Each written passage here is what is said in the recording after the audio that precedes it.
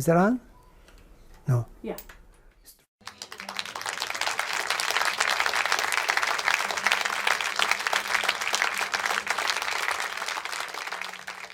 It's recording now?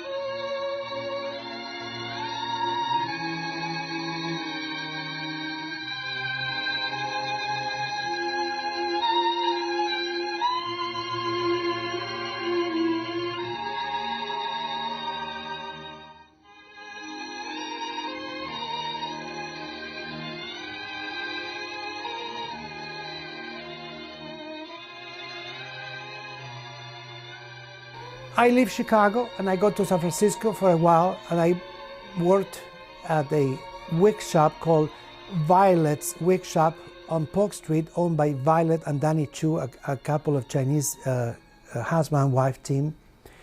And there I got to meet some of the boys of Finocchio because I would go there in the weekend to see the show. And Jackie Phillips, one of the comedians, very good act, he came and he bought a red wig from me, a human hair wig, at the wig salon. I told the owners, they were very nice to me. I said, but I'm very lonely here in this town. I don't know anybody here, so I'm going back to Chicago. Oh, I'm sorry. So I went back to Chicago. And during all this time, I got to meet my longtime partner, Paul Reiner, in San Francisco. And when I went to Chicago, he went to pick me up, and we drove in a car that was my car there, all the way from Chicago to San Francisco. And because the beginnings were poor, because he got divorced and he had to pay a lot of alimony and child support, we moved to an apartment house in Palo Alto. I think it was called the Tan House. And then after 1 year, we went to Redwood City on Elm Street to a nicer apartment. But we thought, why not have a house? So somehow something came about, excuse me, that there was a house for sale on Potrero Hill at 1133 DeHarrow, and Charlie Peterson had the listing. So he worked the deal so we could buy it. It was a distress sale, and it was a fixer-upper. But Paul, in those days, I don't know, he got the energy working too many hours and coming home and fixing the houses and so on. We got to fix the house and started living in Potrero Hill, our first house ever. We had other houses before, but that was with my parents, not with him. Now my parents living in Chicago. My mother decided to retire from her teaching position, and my father was working in school too, as a school in the janitorial services. He didn't speak English well. They both retired, and they went to San Francisco. There was an opportunity of a house, another horrible fixer-upper, in Potrero Hill on Rhode Island. And we bought a house, and here come my parents with my aunt alive, because my grandmother and my grandfather had already passed away in Chicago, and with Adonis, my parents' German Shepherd, and I believe one of my mom's small Pekingese. This was in the early 70s. Now we are in the Harrow, and my parents are on Rhode Island. Now an opportunity comes about that there's a lady who has passed away by the name of Ann Polich. She owned a beauty salon called Ann's Salon, and she lived only a few doors away. She wanted to sell her house and sell the shop. She wanted to move, I guess, to Santa Rosa. So when we heard about that, we approached her, we bought the salon, and after 1 week of fixing the shop, after she left, Eri, the hairstylist of the stars, came about. Eri, H-E-R-I, is my real name, because David de Alba is a stage name.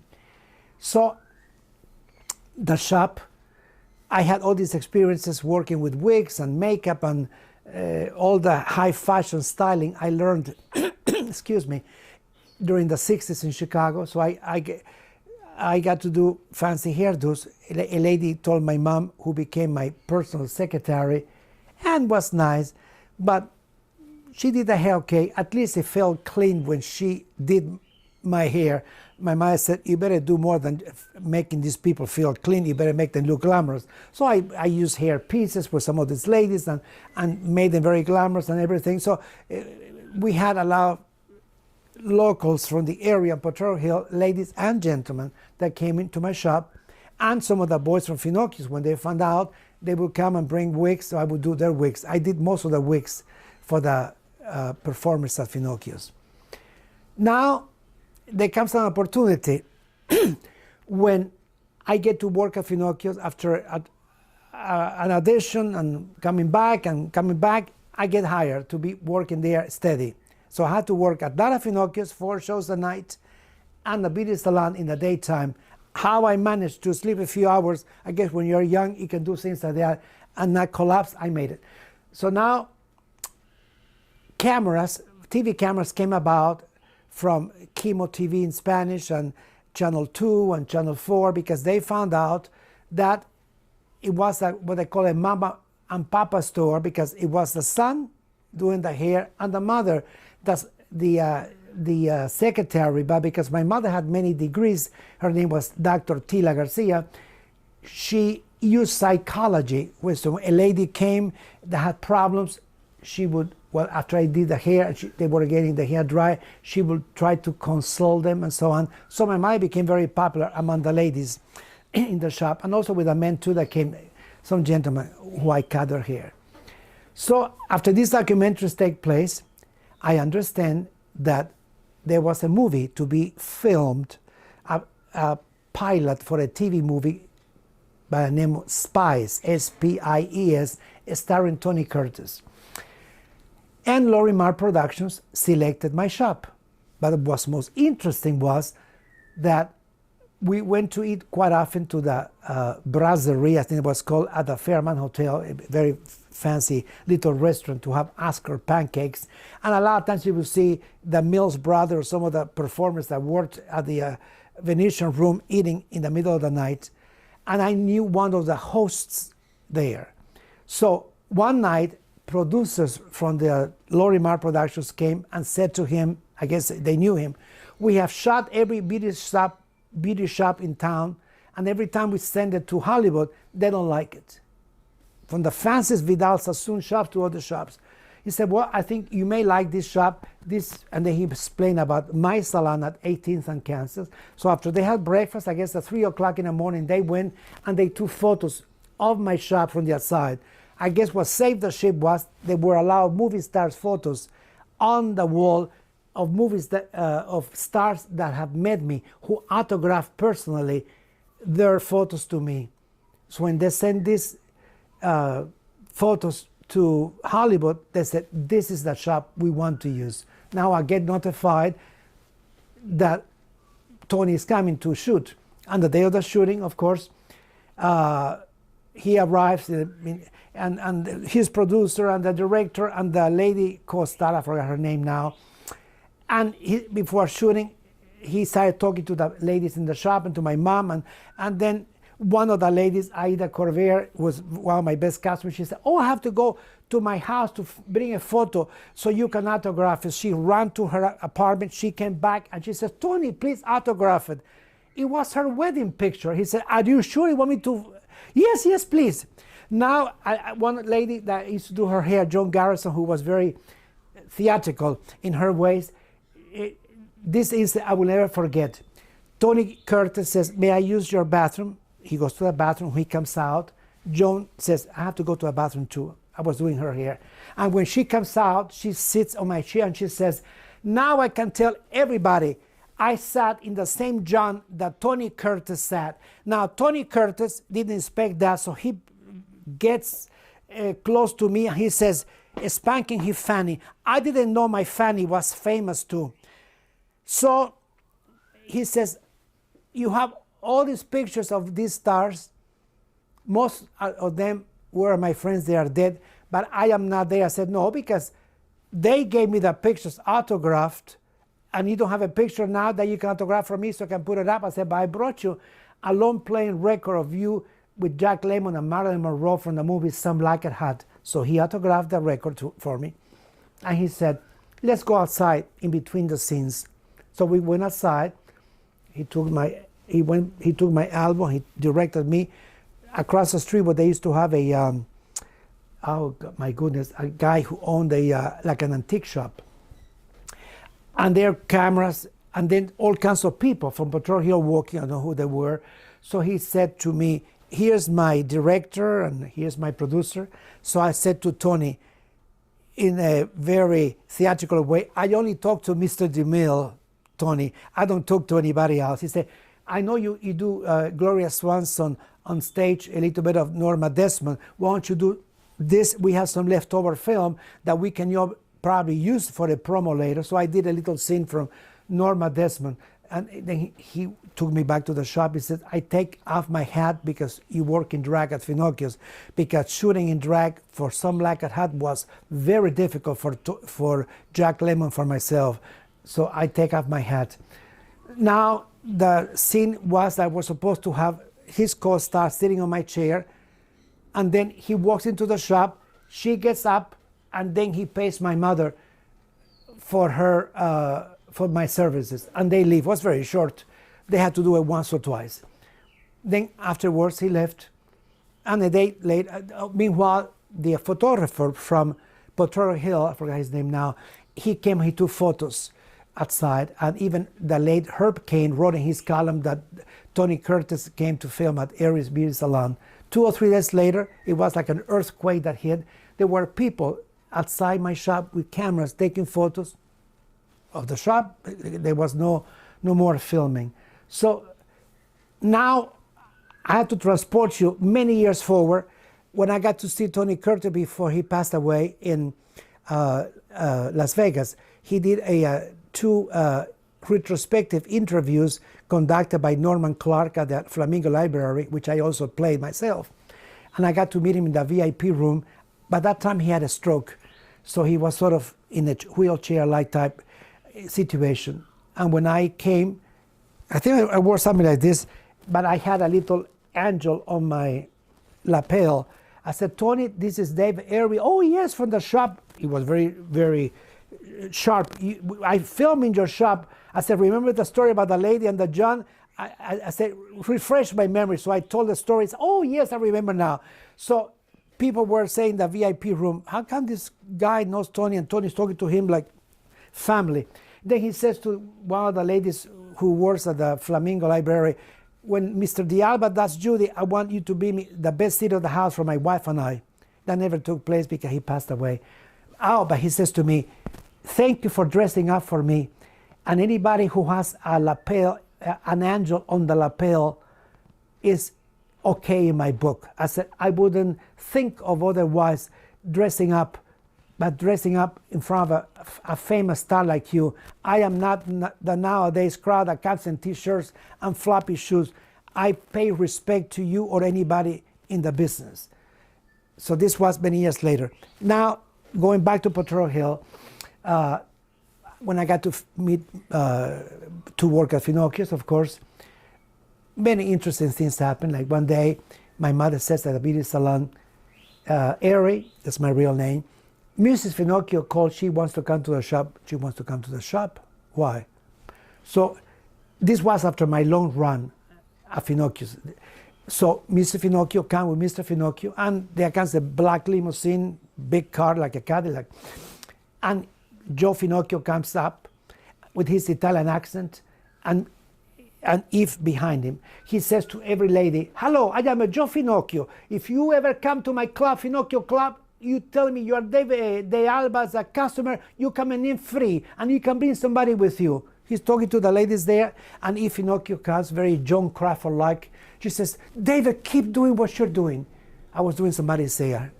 The lady's name was Elba Medica, I still remember. I was doing a flip. She says, keep doing your hair, just listen to me. She's told me a story as if I didn't know her club. I worked for a long time for her. She said, Carol Wallace, the MC, is sick.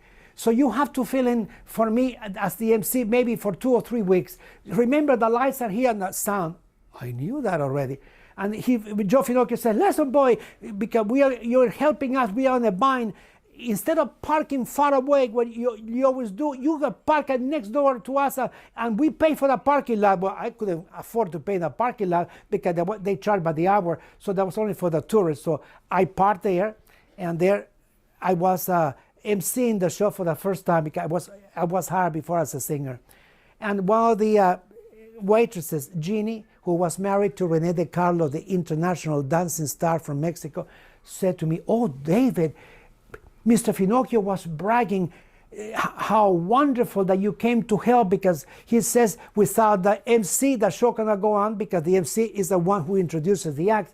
He is so grateful to you. As I'm surprised, because they never want to give you a compliment, because they think our heads will get as big as a watermelon and we're going to ask for a raise. So I'm shocked he was complimenting me. A nice reception and a real welcome to the delightful and charming personality of David de Alba.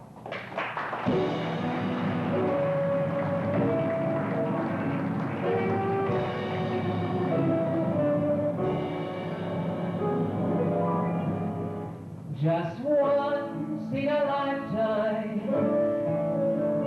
there's one special moment,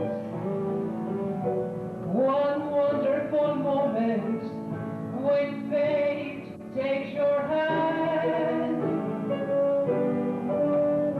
And this is my moment, my once in a lifetime,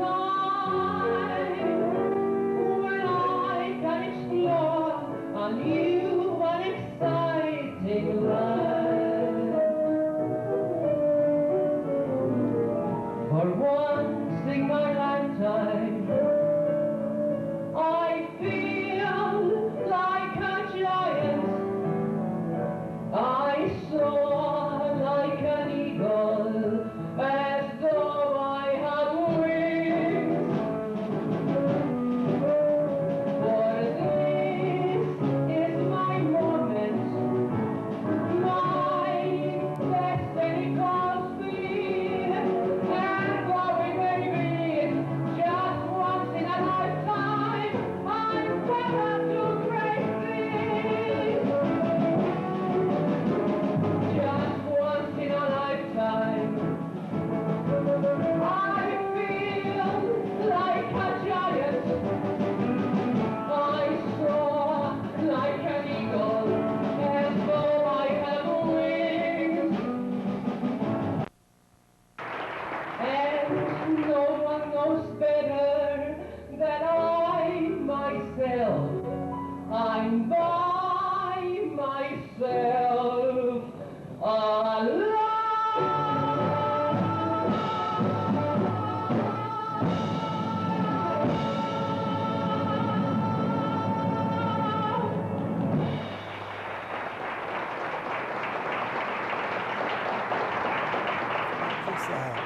Before you go on talking about Finocchio's, I'd like to hear a little bit more about Ventura Hill and Okay. what was the neighborhood like? Yeah, Potrero Hill was at that time a transitional neighborhood, and the snobbish real estate agents, I'm sorry to say that, from areas like Nob Hill would say, we will never bring our customers to your area. They had at that time the projects and so on, but they had a lot of wonderful Polish and Italian people, so in between some of those so-called bad seed, there were a lot of interesting, and that's why we could afford to buy it, because now it's impossible to buy. The house we bought is now worth over $1 million. I couldn't afford to go back. So it was there was a hippie type atmosphere near the Goat Pizza. They were all Italians. I did their hair. Most of the people I did their hair were older, over 40. But I didn't have time to congregate much, because I would go from the house to my shop, from the shop to go to eat. Sometimes we went to eat a lot on Mission Street to a wonderful Chinese restaurant, Chinese American restaurant called Sincere Cafe, which was very inexpensive with very good food. Then I had to rush home, bathe, go to Finocchio's, go to sleep, and come back next day. So I remember fondly, of course, Cicerone Realty, Peterson Realty, Atchison's Pharmacy, which I'm sure is gone, and some little, there was not that many shops when I was there. And of course, I had to take care of my parents, so I would take care of my mom to take her to the doctor and so on. So my life in Potrero Hill was very busy between my parents and my aunt who was alive, Consuelo, and working in the shop, going to buy the supplies for the shop, going to Finocchio's, going to rehearse with a musical, with the director of the band, Bill Bullard, in Oakland. So I remember Potrero Hill as our first homes in California for Paul and myself and for my parents. My mother used to say to me, the best times we had were in California. Now, because I had a very bad incident that somebody broke into our home in Potrero Hill and they stole many things, including two very rare lamps that belonged to the Odeum Cafe. I only have one left. We got nervous and we decided to move to Brisbane, but I kept my shop all the time, Brisbane, and from Brisbane we went to San Mateo because Paul and I and my mother, we were like gypsies. We wanted to improve having a house with a bigger yard, with a beautiful canyon view. We wanted to taste life, not just get stagnant. So we landed up at the end moving to Santa Cruz, which was my Shangri-La, because there we had an acre and a half of land with two flowing creeks behind, mature trees that were old trees, the beach maybe 20 minutes away, and still commuting to the beauty salon in Potrero Hill, and still commuting. Anytime Mrs. Finocchio called me, David, can you come to work tonight? There I go. So then the sad part came about when, after many years, the company that Paul worked for, Granger Associates, sold out, and the new company took over, and all the big shots like Paul were out. When he went to work, put the card in, it wouldn't work, and the guard said, you don't work here anymore. So when I came home from work, from the beauty salon, I see him like a white ghost. He said, I lost my job. So now comes the dilemma, trying to find a job in California. Nothing happens. He had to go through angioplastics twice because that caused him to have a light heart attack. My mother said to me, you know, we never in life could enjoy many things for a long time because something comes to destroy it. And I think this is the time we have to leave California for good. Paul applied in San Diego and nothing happened. The people that were supposed to be his friends that he helped, nobody came to his rescue. So he applied and the job came in Santa Fe, New Mexico. Now we have to put the house for sale, the beauty salon for sale, and that was the hardest thing for me to do because I had to give a written letter to each lady explaining why I was leaving so they could read while they're getting the hair dry. Some of them came out crying, oh, Teal, I'm sorry, David. They were like family members to me. So somebody said to me, why did you leave California? I said, it's not because we wanted to. It was destiny that forced us. And although we were gypsies, we would have stayed forever in Santa Cruz, and I probably would have stayed in the beauty shop even though my mother passed away in 2008 working, because although Finocchio's closed, I could have done shows in California. But oh, I'm sorry. If you want to look terrific in a hurry, what's your first stop? It's the beauty salon, right? Well, tonight Dan Weiss visits a very special salon that takes you, not only makes you look good, but it turns you into a star. Hi, I'm Dan Weiss on Consumer Affairs. When you think of the fashion centers of San Francisco, you think of Maiden Lane, Union Street, Nob Hill. But some of the biggest names in show business are finding their way to Potrero Hill, to the address of 18th and Kansas, where they find one of the most unusual hair salons on the West Coast.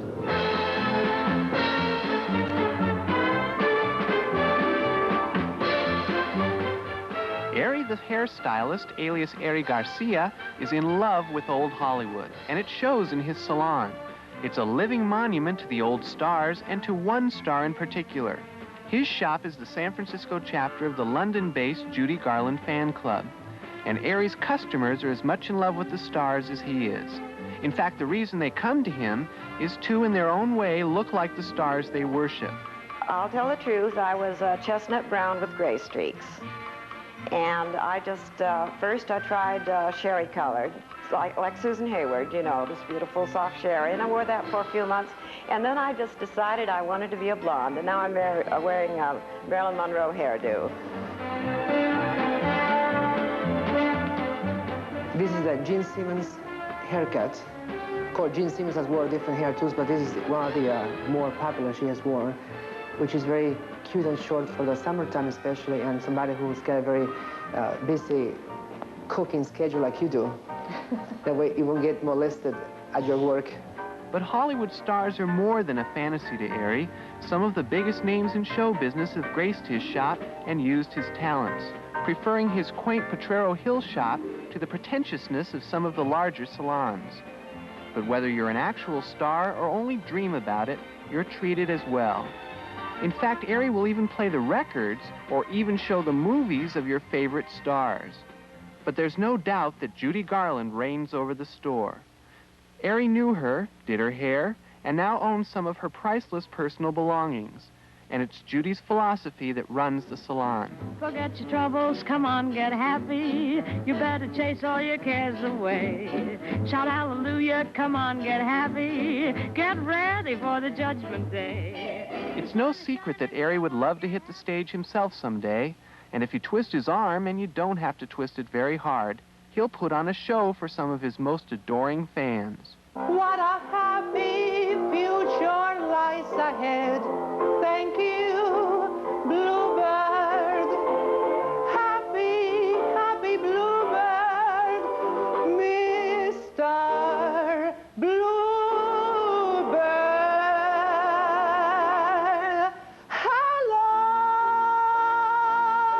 So if you love glamour, love the stars, or if you just want a good time, women or men alike can feel like a star in the most unusual salon in the city. They are all beautifully done. Hope you like it. Well, you know, even Airey makes a mistake once in a while. Here I asked for a Robert Taylor hairstyle, and I ended up with Elizabeth Taylor. Oh, well, maybe I'll grow to like it. Look out, Richard Burton. I'm Dan Weiss for Saturday I Live. wanted to hear about some of the people who came in to your hair salon. My hair salon came the owner, Nelsa Sabadini, who owned the salon. She was an all-Italian family. Many Italian ladies that lived in the neighborhood. John Garrison, whose husband had the cleaners down the street. Men and women that live in the neighborhood who already were customers of Anne's, and some that came new from the TV documentaries they did on me, and they said, oh, we heard about you, and so on. So it was a family shop because we had not children, but mostly ladies and a few gentlemen that came for their hair. I did wigs. I have some customers that would bring wigs to me from San Jose, a wonderful customer, Kyoko Sagimori, a Japanese lady who followed me everywhere. So I have very faithful customers. Even people from Lake Tahoe will come in once in a while to have a haircut by me because they heard about me. So that kind of a family was broken as we had to leave California. And it took a long time for me to mend the heart, because I said to my mom, this is very difficult. And one thing was very difficult too was that the owner of La Cache from Los Angeles, he met me before once, and he said, if we ever open a drag show in California, I call you. 2 days before Esco closes, he calls me in Santa Cruz, Mr. de Alba, would you like to be our Judy for La Cache's opening? 1 block from Finocchio's, of all places. And I said, I'm sorry, I have to leave California for New Mexico. So that was the hardest thing for me, to turn down a show job. So when I remember Potrero Hill, I remember fondly the salon, my mom working with me, Tony Curtis coming to the shop, many people from different areas bringing some celebrities that were not famous, but they still were performers that came for me to do their wigs. Us, Paul, fixing both houses on Rhode Island and the Harbor, making houses that were ready to be torn down into livable houses, beautiful houses. I did meet in Potrero Hill across the street Robin Price, that was his stage name. His real name was Douglas Cumming. He became a friend for life. He worked at Finocchio's before my times during the 60s. So when he knew that Paul and I, we bought a house, he introduced himself, and he helped me a lot making costumes for me. And after we left California, he followed me to Arizona. He even came to see me perform here. So that's a very good memory from Potrero Hill. Robin Price and his mom, Mary, who I did her hair and I did his hair. Did you ever know a guy named Jules? No. Okay. He lives on Taharo, and he moved there. I'm at 763 Taharo, so that's between 19th and 20th. Yeah, when I left the house, there were a guy next door. I don't like to remember his name. He was always the sour puss. Every time you make some sound, oh, you're making some noise singing. I said to him, boy, you should move into a farm because this is a city. By the time I moved, he moved too, next door to me. But next door to us, there were some hippie guys, very, very funny. They used to live there and very nice to me. And then Robin Price and some older ladies across the street. But I wasn't coochie with the neighbors. I didn't have time. I had to, my life was busy between eating, my parents, and beauty shop at Finocchio's. My day went like this. But the only actually good, and of course, in Potrero Hill, Ruth was in charge of the, she's retired now, Passon, I forgot her last name. Ruth Passon. Passon, yes. She gave me a little column in the Potrero, because there was a write-up about me when I opened the shop. And later on, Ruth gave me a little column, Ask Eric the hairstylist, in which people would write in to her and ask questions, and I would answer how to do this, how to do that. I still remember there was a lady, I think it was a black lady, who came to interview me, and she looked at all the photographs. And I don't like to be politically correct because it takes away all the essence, trying to be funny nowadays, trying to cover things with a band-aid. She says to me very, very clearly as she interviews me, I don't see any black entertainers on the photographs. I said, well, you have to look closer. Lena Horne is there, Nancy Wilson is there, and another black entertainer. Unfortunately, the ones I met in San Francisco were white entertainers. But and later on in my life, I got Johnny Mathis on the wall, and that's the first thing she said. Peter Lina thought he got a kick of that. I said, there's two of them, and autographed very nicely to me. Nancy, and I said, I had many black entertainers I met in life, like Ella Fitzgerald, and many of them that I liked, like Sammy Davis Jr.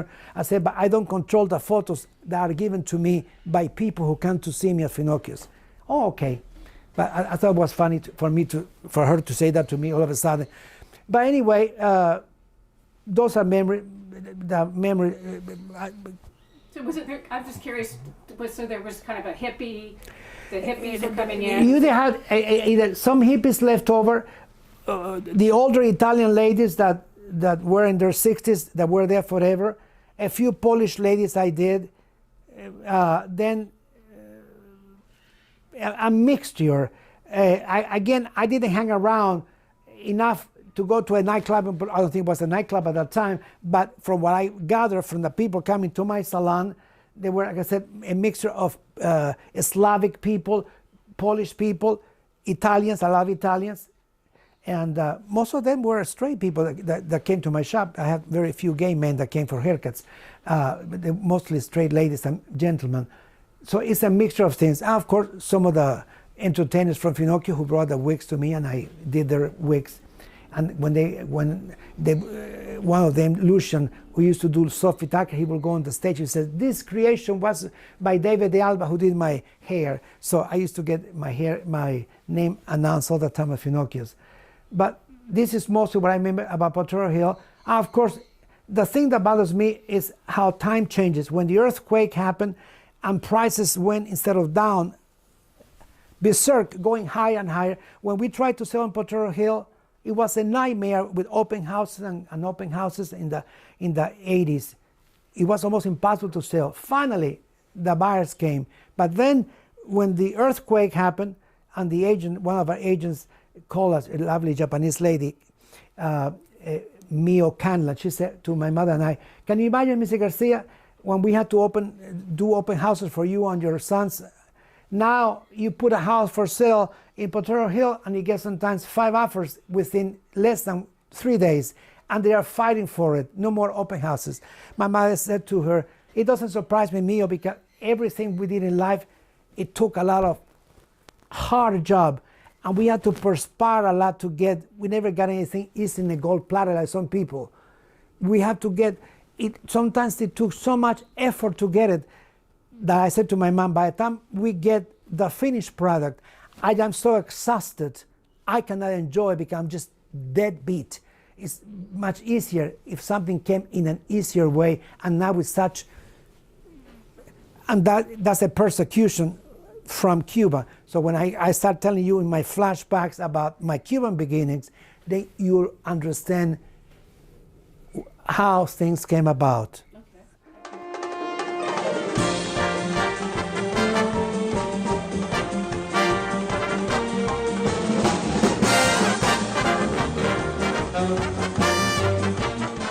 This is the next song. Mort. Take a line.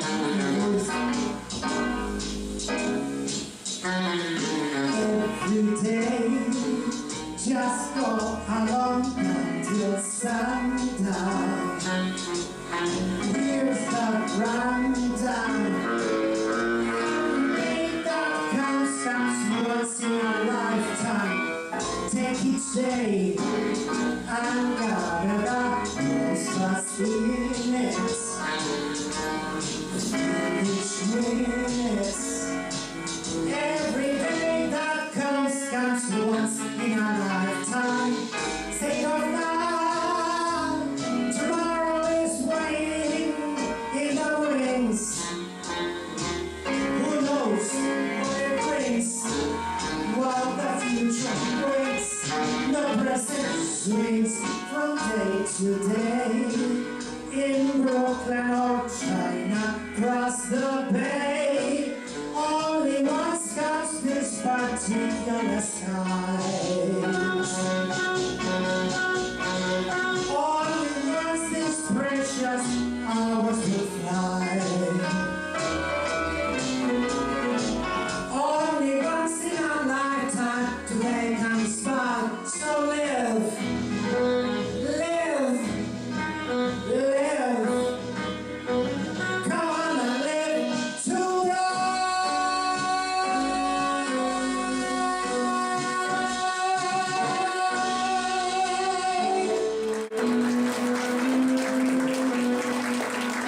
Here's a view by himself.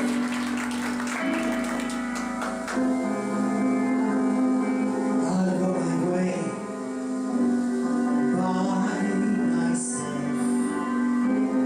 This is the end of romance.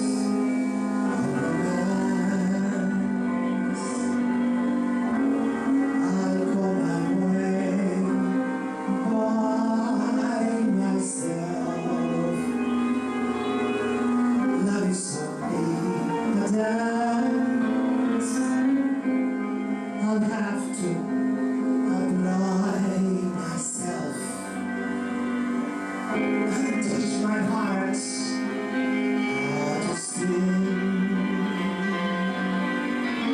I'll go my way by myself, like a bird on the wing. I'll face the unknown. I'll go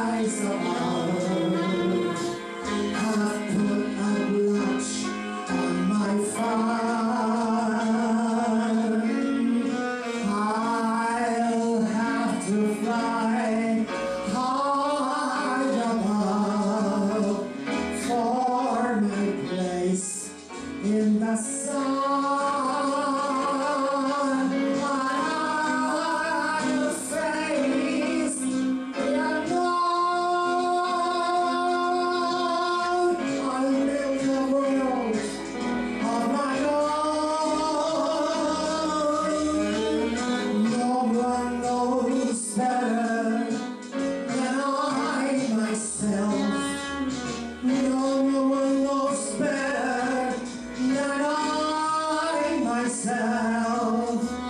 I wanted love and fell.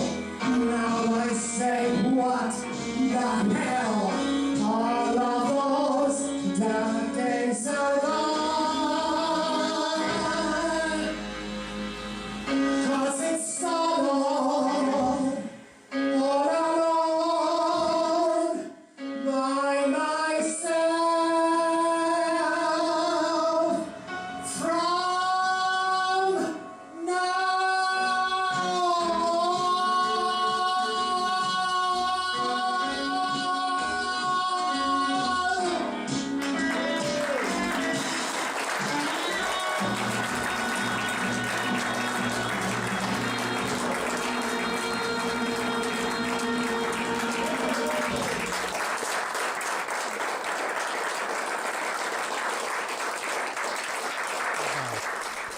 Now we flash back before I flash back, I should say, from New Mexico. We lived from New Mexico for a while. It was too cold, the weather, horrible. We didn't like the cold weather, so we moved to Arizona. We were there for a few years, my parents and I, and my friend Paul and I, and then finally we made it to Las Vegas. And we've been here since 2004 in this house, and then I got to play in Las Vegas in many venues. 2008 was a horrible year because that was the day that the 14th of July when my mother passed away. If it wasn't for her, I wouldn't be here. But it was like the umbilical cord didn't break when I was born. It broke when she died. And it's hard to explain to people because if you have twin souls with somebody that you blend, out of 10 things, we got along with 8. We like to rescue old dogs. We like to rescue old birds. We believe in the spiritual world. We believe in reincarnation. We believe that there's life in other planets. We love plants. We love animals. We love real estate, improving for houses. We used to love to walk. We love Judy Garland. She loved also my friends Olga and Tony from Cuba. So we have so many things in common that it was easy to blend with her. And when she went, I thought the whole universe broke on me and just a little light was illuminating me. Thank God my partner, Paul Reiner, is still alive because otherwise I cannot take any more deaths in my family.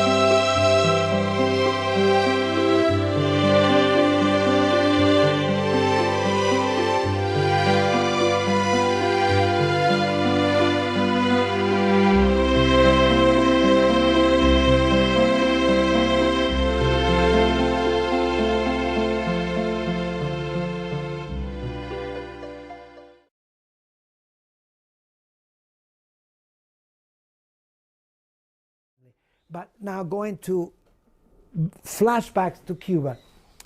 A happy time, an innocent time in the 1950s as a young boy in Cuba before Castro. A beautiful country, an island with wonderful temperatures, the beautiful oceans, the trees, many American stores there, so we had all kinds of wonderful foods and wonderful clothing that came from this country. And there was no danger.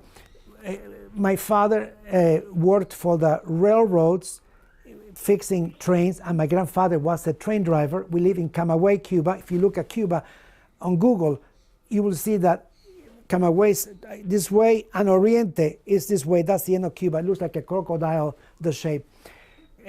We had a house in the city. We had a cottage by the beach. And my grandmother, from my father's side, Emilia, she had a farm.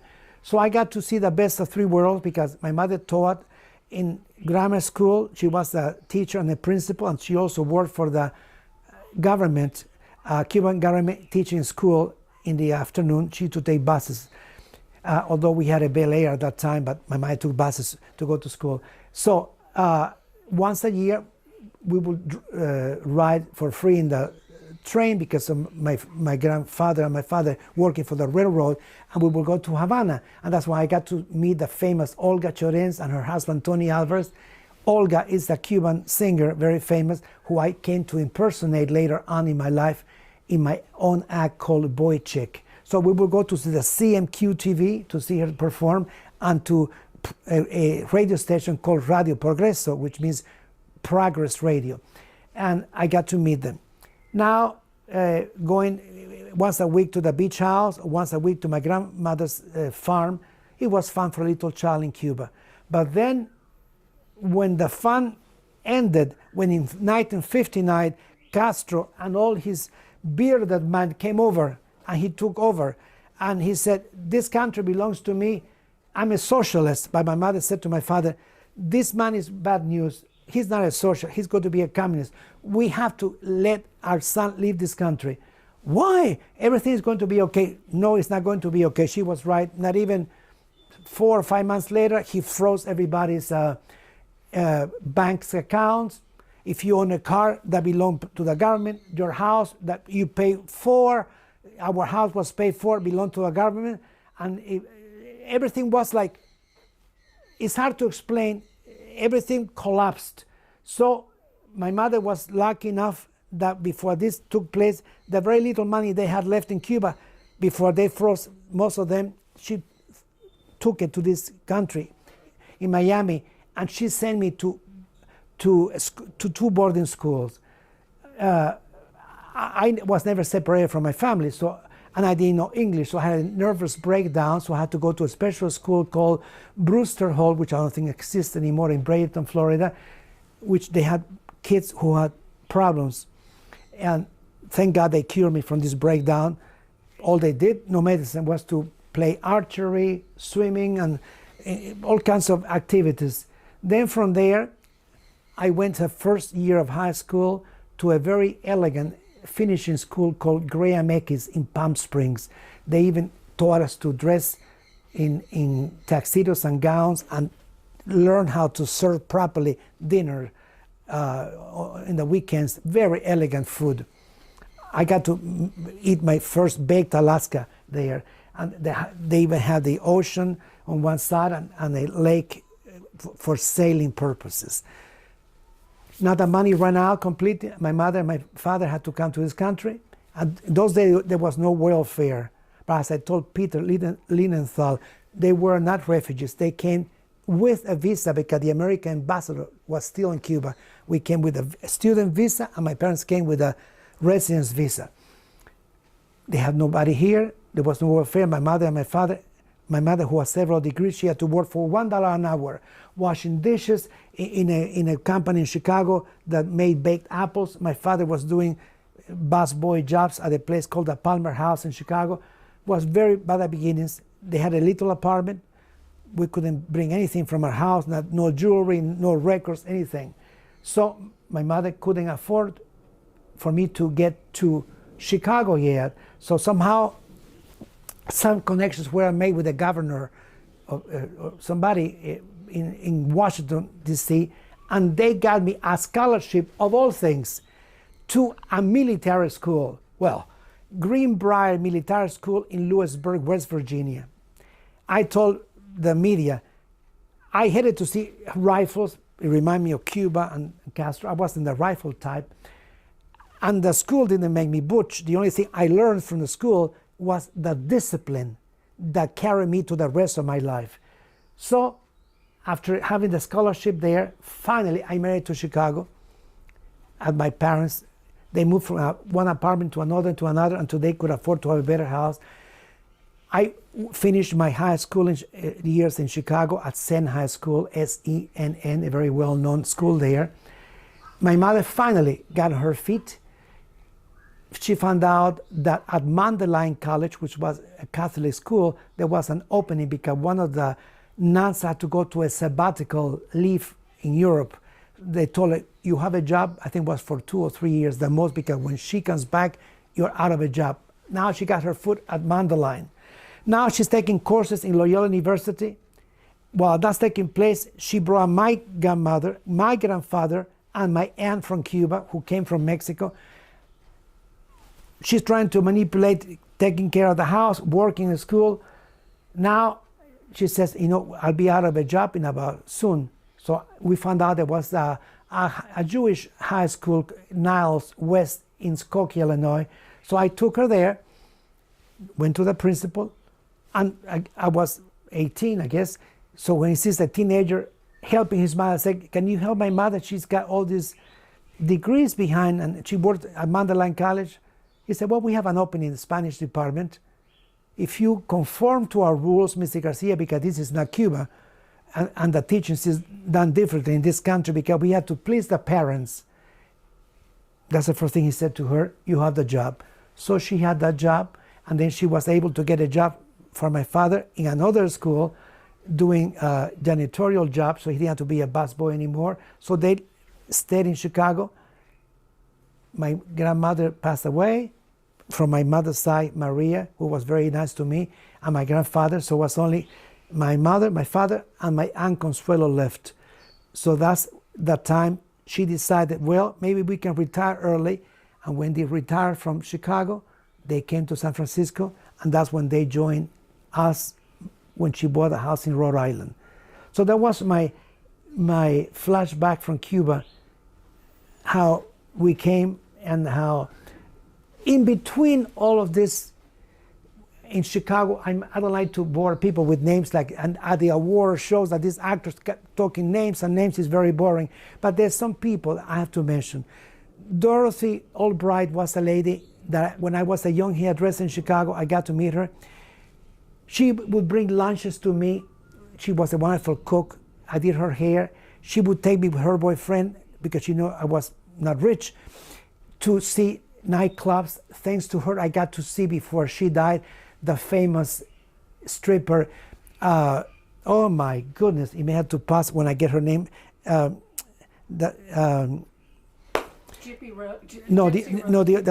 other one who worked, it will come to mind. Then you have to add into Sally Rand. I got to meet her before she passed away. A very famous, just like Gypsy Rose Lee. And then many years later, when Dorothy Albright was retired in Florida, I went to Florida to visit and to sing with my friends. Olga Antonia, I went to visit her, and she said, I said, can I do your hair? She said, no, don't do it, because if you do, I will miss you forever, because she used to love the creations I used to do on her hair in Chicago. That's one lady I had to mention. Of course, Robin Price, a wonderful person in my life, that friend and female impersonator for worked at Finocchio's, and so many of my customers. Now I should mention in flashbacks, when we were in Arizona, I always believe in extraterrestrials. We were driving from Arizona to Bulla City, Laughlin, at night in our Cadillac at 2 o'clock in the morning. We were playing Cuban music. All of a sudden, my mother and I and Paul in the car, I said, look into the sky. There was a huge disc, like in the movie Encounters of the Third Kind, silver with lights around it. And all of a sudden, that this disappear into the horizon. Now we stop at a gas station nearby, and I said to the gas attendant, I hope you don't think I'm crazy or drunk. He says, stop right now.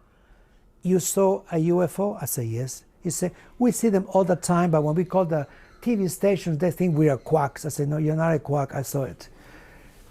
Now, spiritual things, why I became involved. In Cuba, we had many members of the family, although they were Catholics, they had a power to pass the spirit. Now, people like Teresa Caputo from the Long Island Medium and Terry Tyler Henry from the Hollywood Medium, they get thoughts and they tell a person thoughts that come to mind. But in Cuba, we had mediums who actually the spirit took over their bodies and started speaking sometimes in different languages. So I was a little boy, and there was a little session, my grandmother and my cousin, Soledad Redondo, and her husband, and they started passing the spirits. I got to see spirits through their voices that were bad spirits, and some who came who were very sweet. The ugly ones would come and say horrible things like they were on earth. I want to do this harm and that harm. And then the guide in the session would say, you are not allowed to do that. You are a spirit. You're supposed to ask for pardon. And the spirit would say, I don't want any pardon. So then they would say, there's other spirits who are going to take you away from here and show you how to repent. Sometimes they would say, but I am alive. And then the guy would say, look into the ground. Do you see that corpse rotting? That's you. Then the spirit would say, no, it cannot be, it's impossible. I cannot be dead, I'm alive. Now the most important thing is that our black lady servant, Graciela Fernandez, who was very nice to us, she lived in our home in Camagüey, she had a power, but she didn't want to do anything about it. So one day we had a session, and Soledad said to my grandmother Maria, something is going to happen you won't believe. And it happened. Here's Graciela coming from the lower floor to the second story, up and down, up. And she goes up the steps, she goes into the room like in a trance, and she sits down. She starts talking, she passes the spirits, and at the end of the session, she wakes up, she says, what's happened? What am I doing here? And they explain to her, really? So then she said, you promised when you came to Earth to help people with your talent. So then every time we had a session, we didn't have to force Graciela. She came willingly to help. So I saw many people who were phonies who would say later on in life, oh, you're going to get married, you're going to go on a trip to Europe. These are not the mediums I'm talking about. I saw the real thing. So when people tell me, how do you know there's life after you die? I say, because I was present when these mediums passed the spirits, and these people were not lying because they were not charging money. They did out of love. We had different people in our family who could do that. My mother couldn't do it, but she had premonitions. My grandmother was able to pass the spirits. Unfortunately, when I was a little boy, I could see the spirits, but it was such a shock to me that my aunt Soledad asked my guide to stop it because it would hurt me. And from then on, never again I could see anything, but I was able to see it when I was a little boy in Cuba. Now that I'm older, I said to them, you took away that gift. I wouldn't mind having it in order to communicate with those of you who have crossed over. So I'm sure people who are into mediums, they will enjoy this part of me. All of this, like my friend Linda LeBlanc, who was the pianist who played at Carnegie Hall, she used to say to me, David, you are as transparent as Scotch tape. And I am. Whatever you see is what you get. This is not a theatrical act. Everything I say to you today comes from my heart and is the complete truth. Some people may not like it, but I care the less because this is my life. Like the song says, This is my life, and I don't give a damn for last emotions. I've got such a lot of love I got to give. Let me live, let me live. This is my life. This is my life. This is my life. And that's one of the songs I sang at Finocchio's my mother used to love. This is my life. Who knows what happens? Well, in about 2 months, I'll be doing a concert here. Who knows how long I have on this earth, but I hope when I live here and I go to Judgment Day, I know I won't get an A+ like the sublime late Mother Teresa, but I hope I get at least a B-. I told Peter, I said, right now I'm not rich enough to live in Malibu Beach or in the Greek islands, have a yacht, have my own airplanes. So I live in a modest house. So when I go to heaven and there's different plateaus of heaven, I don't expect to live in a Malibu Beach heaven. If I can live in a nice part of heaven and see birds and dogs and maybe better humans, not the ones roaming around here, because if I get to see the same people around here, that won't be any heaven for me. There's a cute joke. I'm very bad with jokes, but this is funny. Mother Angelica was I think she's still alive, a nun who worked out of Alabama, and she was telling a story that she used to go to Catholic schools to talk to the children, and she went to a school, to one of the classrooms, and she said to the children, when you die, how many of you would like to go to heaven? And everybody raised their hand. We want to, Mother, except one little boy. And she said, don't you want to go to heaven when you die? And the little boy looks around, and he said, not with this bunch. Well, that's the way I feel sometimes.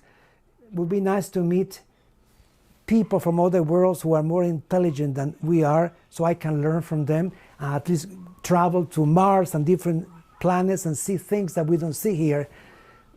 And of course, maybe go to Cuba quickly, because that's one thing. If I go to Cuba in a spirit form and I see how horrible Castro has destroyed the island, my spirit won't have any peace, because I've seen it already on photographs, how they have destroyed the whole country, the buildings coming apart. So I don't think I want to see that. I want to keep my memories alive of Cuba when I left was beautiful. And I want to still keep my memories of San Francisco alive, because now Finocchio's is closed. It's now a lawyer's office. Some of the places in Chinatown we used to eat are completely closed. I went there about a few years ago. I was very disappointed.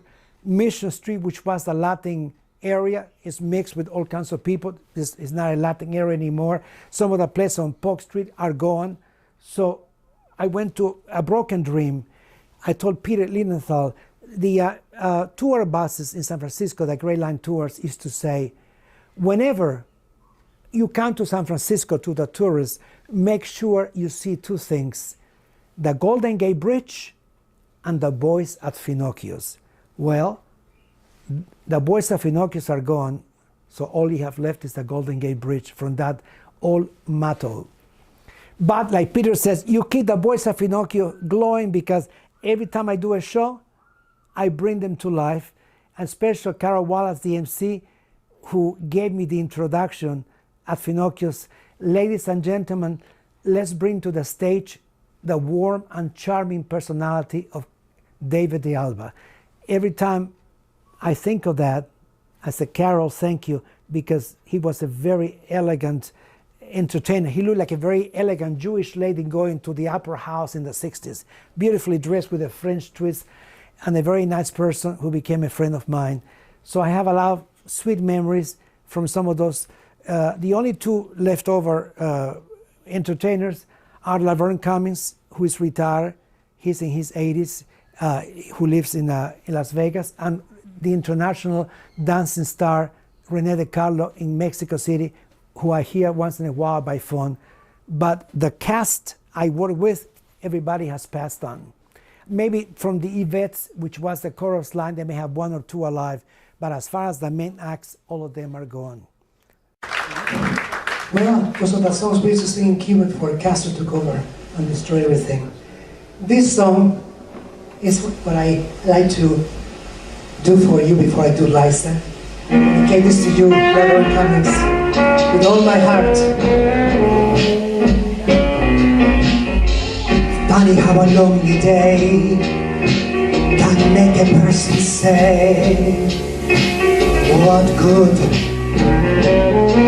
is my life? Funny how a breaking heart can make me start to say, what good is my life?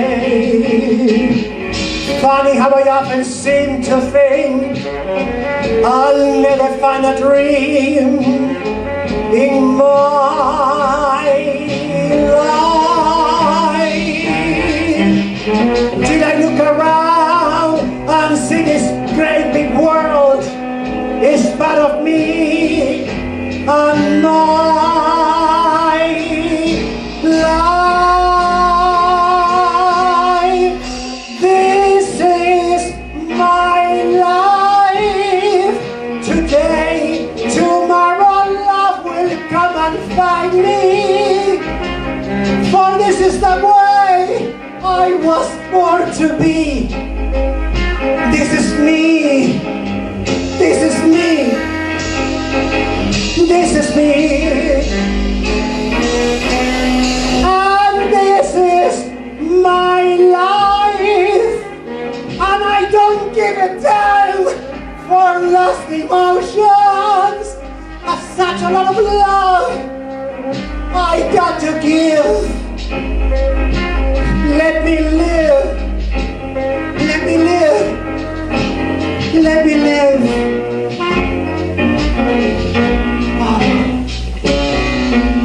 Sometimes, when I feel afraid, I think of what a mess I made of my life,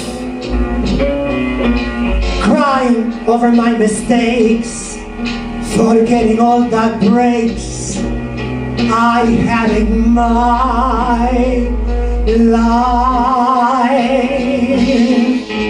I was put on earth to be a part of this great world is me and my life. Let us count the scars and be grateful for the things in my